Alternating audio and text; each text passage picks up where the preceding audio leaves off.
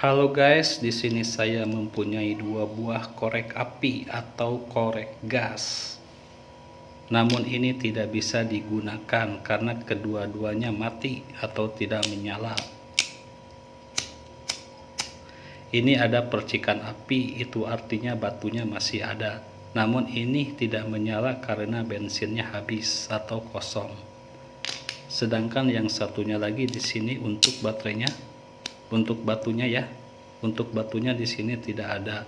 Sedangkan untuk bensinnya di sini masih terlihat banyak.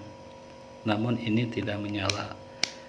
Oke guys, di video kali ini saya akan berbagi tutorial cara mudah pasang batu korek gas. Nah, di sini saya akan pindahkan batu dari korek bensin yang ini ke korek bensin yang merah. Oke, langsung saja kita ke tutorialnya.